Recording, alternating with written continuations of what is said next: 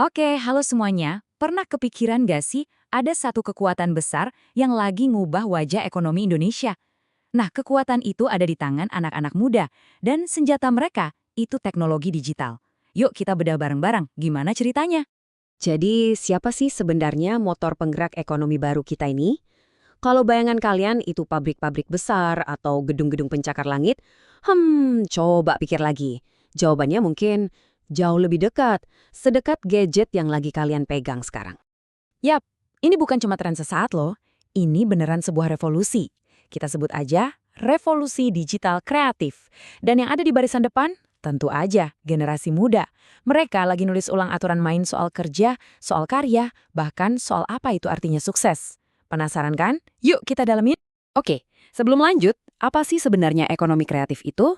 Gampangnya gini deh, ini adalah model ekonomi yang bahan bakarnya bukan lagi minyak atau batu bara, tapi sesuatu yang kita semua punya dan gak akan pernah habis. Ide, kreativitas, dan gagasan. Keren kan?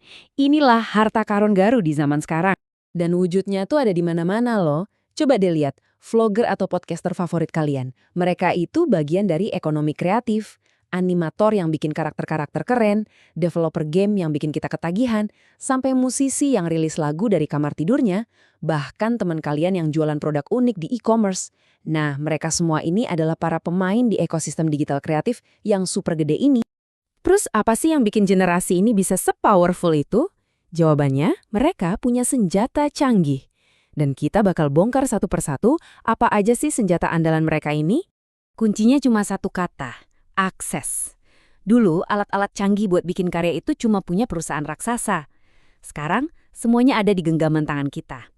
Cuma modal smartphone, literally siapapun bisa bangun kerajaan digitalnya sendiri. Kekuatan untuk berkreasi itu sekarang bener-bener ada di kantong kita masing-masing. Terus ada media sosial. Ini udah bukan sekedar tempat pamer foto liburan ya. Ini udah jadi panggung global pribadi buat setiap orang. Para kreator bisa langsung nyapa audiens mereka di belahan dunia lain, bangun brand personal, jualan karya, semua tanpa harus lewat calo atau perantara, bener-bener direct. Lanjut senjata berikutnya, e-commerce. Wah, ini sih bener-bener game changer. Bayangin aja, anak muda sekarang bisa punya toko yang buka nonstop, 24 jam sehari, 7 hari seminggu, buat pelanggan di seluruh dunia. Dan nggak perlu pusing bayar sewa ruko yang mahal. Ini namanya demokratisasi bisnis retail. Nah, buat yang jualannya jasa atau skill, ada yang namanya platform freelance. Ini ibaratnya kantor yang nggak punya tembok dan nggak punya batas negara. Talenta-talenta jago dari berbagai daerah di Indonesia bisa dapat klien dari New York, London, Tokyo, sambil kerja dari rumah. Keren banget kan?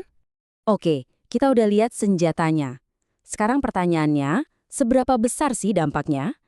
Karena ini semua bukan lagi sekedar hobi iseng-iseng loh. Ini udah jadi mesin pertumbuhan ekonomi baru yang tenaganya luar biasa besar buat Indonesia. Gimana caranya hobi-hobi digital ini bisa nyumbang ke PDB negara? Jawabannya simpel, skala. Kalau cuma satu orang yang ngelakuin, ya itu namanya hobi. Tapi kalau jutaan anak muda di seluruh Indonesia ngelakuin hal yang sama, itu jadi kekuatan ekonomi raksasa. Pertanyaannya, seberapa raksasa? Siap? Angkanya 1.300 triliun rupiah. Ya, kalian nggak salah dengar. 1.300 triliun.